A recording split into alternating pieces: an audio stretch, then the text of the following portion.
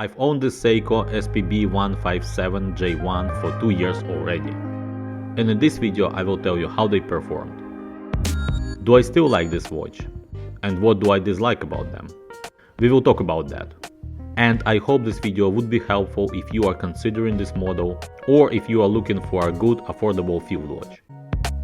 When I first learned about this watch, I was quite impressed.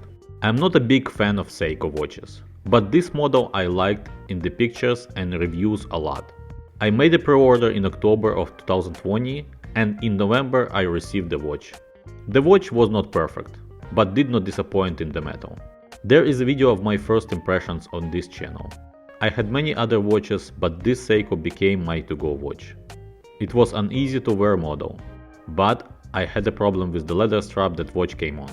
There are many great things about Seiko Baby Alpinist: the design, the dial and the case size. I like the simplicity of the design. With its clean design it has that Rolex Explorer vibe. A field watch. The watch has a date complication, which makes them a great everyday companion. The date wheel painted blue to match the dial, and I think many folks will appreciate this little touch. 38mm case size is nice. I like smaller watches, so for me it was like a fresh air back then in 2020 to see Seiko new watches in 38mm. Here are some measurements for your reference. The case size, as I said, is 38mm, lug to lug is 46mm, thickness is 13mm. Yes, I think the watch is too thick for the size. Thinner would be better. But it is good on a wrist, thanks to the curved case. One of the best parts of the watch is the dial. It is beautiful. It has a grain texture and deep blue color that plays amazingly in the sun. The sapphire crystal is with anti-reflective coating on the inside, but the watch still reflects the light quite a bit. The screw-down crown works smoothly and easily, and with 200 meters of water resistance gives you a peace of mind. It is not a diver watch, but you surely can do a lot of water activities with them. As I said, the original leather strap is awful. Well, I didn't like it at all. The leather is thick and the clasp is making it not wearable for me. I wish they would have a simple pin clasp.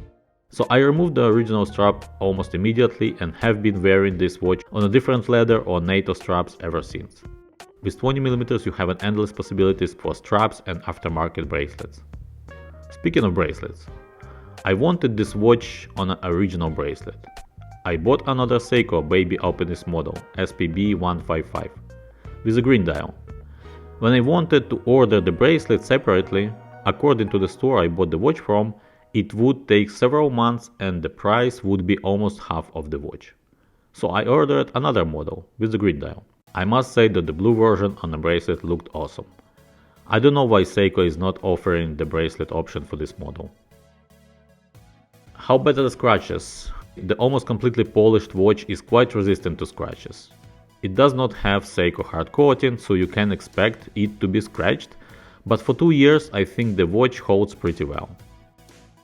Markers and numerals are painted with creamy fox patina.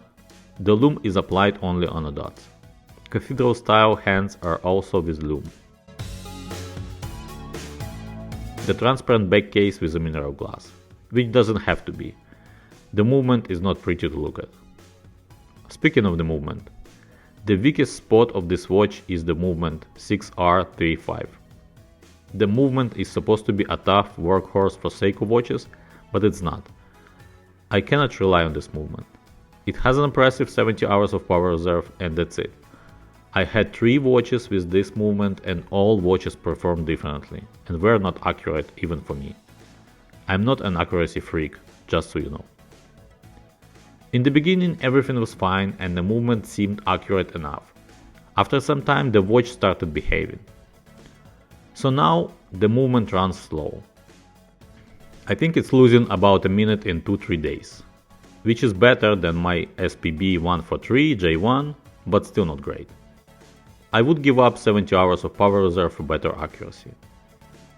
I'm gonna warn you that there's a thing that if you are really picky about the design, you may not like it in this watch. So the markers and numerals of this watch are different colors. You have a silver steel hands and beige cream numerals and markers. Not a big deal for me at all, but I seriously heard people complaining about that.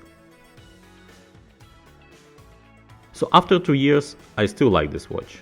I still love the dial and the size. It is a solid choice for everyday watch. Two things would move this watch from just the good watch category to excellent. Better accurate movement and slimmer profile. Well, in the option on the bracelet for the blue version, please. Other than that, this Seiko Baby Alpinist is a strong offering from Japanese watch brand.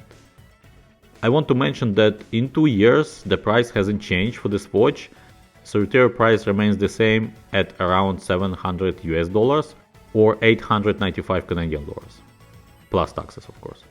But there is a big chance that you can buy this model with a discount from an AD.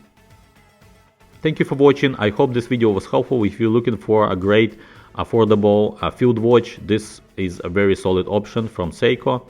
Let me know in the comments down below what you think about this watch. Do you like it? Do you have it? Would you buy it? If you have this watch, what was your experience with the movement? Thank you for watching. Don't forget to subscribe. It really does help the channel. I'll see you next time. Bye now and take care.